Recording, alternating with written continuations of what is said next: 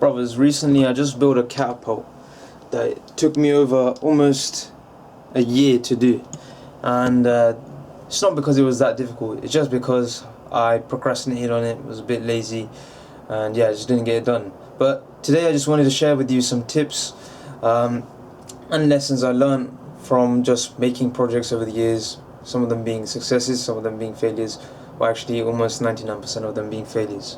But anyway, my first tip is sketch out roughly a design of what you're going to do before.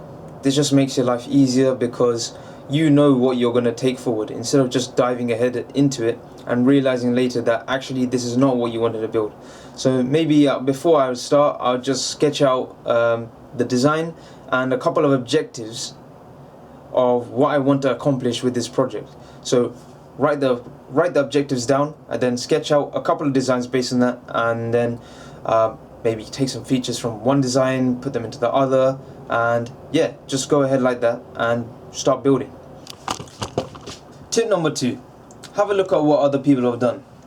So while I was making this catapult project, I didn't know what a catapult really exactly was.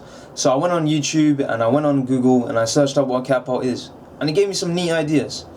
I watched a couple of videos and I looked at how people made catapults in a makeshift way, and I realized what the successes and the failures of the design were. So I would say it's quite important to build up your knowledge base, look at what other people have done to understand what works, what doesn't, and how you can bring it into your own project, whilst also being original and coming up with your own ideas.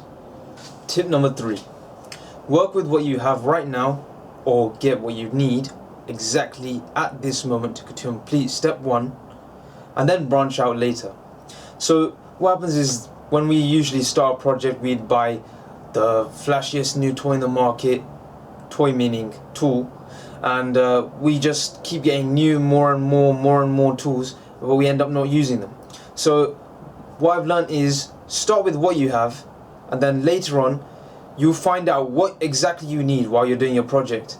So do step 1, or if you can't even do step 1, just get the tools you need and only the tools you need, and keep branching out later on. This will save you a lot of money and it will force you to be creative, and that's not necessarily a bad thing, because sometimes you may come up with a better approach than you would have by buying a £300 tool or anything else. Tip number 4, save your project for a day where you can spend some significant amount of time on it. So either this be a weekend or just a day when you're free or got a couple of hours that you can work on your project on.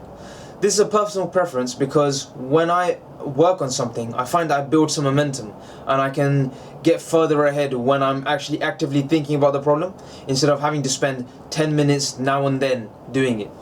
That's mainly the reason why I couldn't complete this catapult within a year, because I just spent 10 minutes here and there and it didn't work out. So I find that spending like a day or a couple of hours working on it just really helped me gain that momentum, get through it and get it done. And also it's just it's a happier time because you can focus on your project.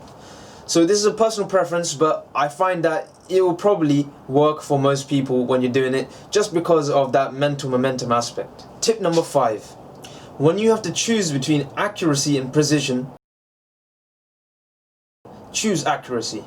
I'm telling you, sometimes there comes a stage where you have to drill 1,000 holes or make 3 whatever, but still you just got to do a very complex process. I would always choose accuracy over precision, because when you try and do things precise, you end up wasting lots of time, you get bored and you're done with it, mate. I'm telling you, if you have to drill 1,000 different holes, just focus on getting the drill through it, okay? Don't worry about too much if it's a little bit off. Don't worry about positioning it exactly in the right place every single time. Just get it through. Most of the time you can make do with this. Now and then it's alright to spend time, being precise and accurate, and usually it's the case where you want to be precise and accurate at the same time. But if you have to choose between the two because you actually have a very complex, tedious process to do, such as drilling 1,000 holes or constructing a frame, just choose accuracy over precision.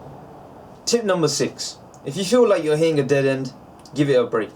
This is in contrast to step 4 where I said work on it for significant time. So if you're doing that and you're finding you're making no progress, you're just getting annoyed and disgruntled, give it a break, take a day off, take a week off, take a year off, whatever you want. Probably not a year off though. But yeah, what happens is that when you take a break, you get some new ideas. Remember, ideas come from the world surrounding us. They don't just spontaneously generate in your mind. You see things and it comes up in your mind. So you might find that actually when you take a break, you can come back to your project much more refreshed, ready to start, and you can finish it much quicker and get on and enjoy it.